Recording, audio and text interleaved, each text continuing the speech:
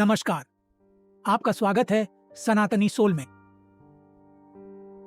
हमारे चैनल को सब्सक्राइब करें और बेल आइकॉन को भी क्लिक करें ताकि हमारे आने वाले वीडियो को आप सबसे पहले देख सकें। दोस्तों, भगवान कृष्ण ने महाभारत काल में ही कलयुग का विस्तार पूर्वक वर्णन कर दिया था। कलयुग में लोग कैसे होंगे, जीवन कैसे व्यतीत होगा, लोगों का व्यवहार एक दूसरे के प्रति कैसा होगा, यह सब उस काल में ही बताया जा चुका था। यहाँ हम प्रस्तुत करेंगे भगवान कृष्ण द्वारा कलयुग के बारे में बताई गई 5 कड़वी बातें जो आज 100% सच हो रही हैं। महाभारत काल में 5 पांडवों के मन में कलयुग के बारे में जानने की जिज्ञासा थी।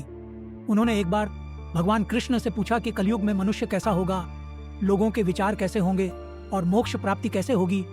यह प्रश्न सुनकर भगवान कृष्ण ने 5 पांडवों को वन में जाने के लिए कहा और यह भी कहा कि जो कुछ भी तुम वहां देखो मुझे विस्तार में आकर बताना। 5 भाई वन में जाकर वापस आए और भगवान कृष्ण को क्या बताते हैं, चलिए जानते हैं।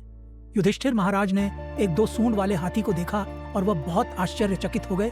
जब उन्होंने भगवान कृष्ण को इस दृश्य के बारे में बताया तो भगवान ने उत्तर दिया कि कलयुग में ऐसे लोग राज्य करेंगे जो बोलेंगे कुछ और करेंगे कुछ और। ये लोग दोनों ओर से शोषण करेंगे। भीम ने देखा एक गाय को जो अपने बच्चे को इतना चाट रही थी कि बच्चे का रक्त निकल आया।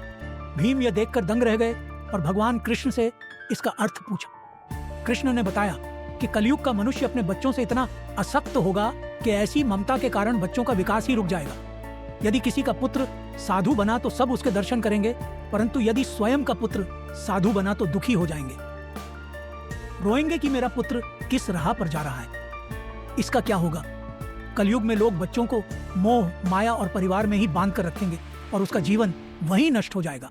फिर भगवान ने वास्तविकता बताते हुए कहा कि तुम्हारे पुत्र तुम्हारे नहीं बल्कि उनकी पत्नियों की अमानत है। पुत्रियां उनके पतियों की अमानत है। यह शरीर मृत्यु की अमानत है और आत्मा परमात्मा की अमानत है।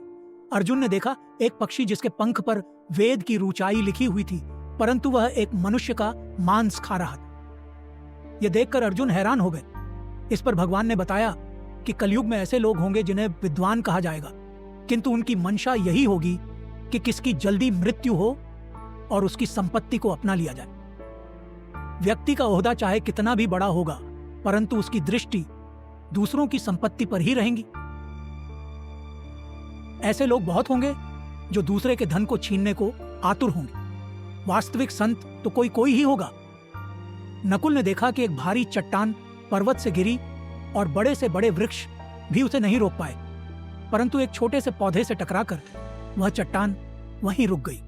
इसका अर्थ बताते हुए कृष्ण ने कहा कि कलयुग में मनुष्य की बुद्धि क्षीण होगी, उसका जीवन पतन होगा और इस पतन को धन या सत्ता के वृक्ष रोकने में सक्षम नहीं होंगे, किंतु हरि नाम रूपी एक छोटे से पौधे से मनुष्य का जीवन पतित होने से रुक जाएगा। हरि कीर्तन से मनुष्य की बुद्धि प्रबल होगी।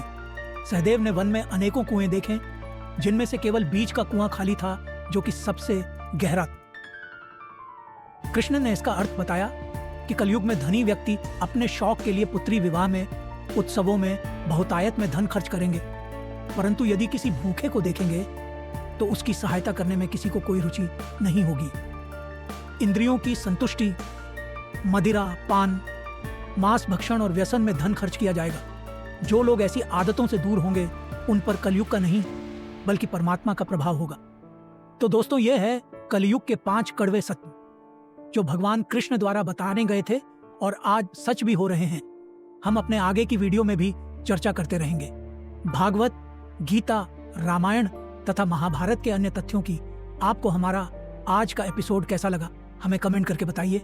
वीडियो को शेयर भी करें और हमारे चैनल सनातनी सोल को सब्सक्राइब जरूर करें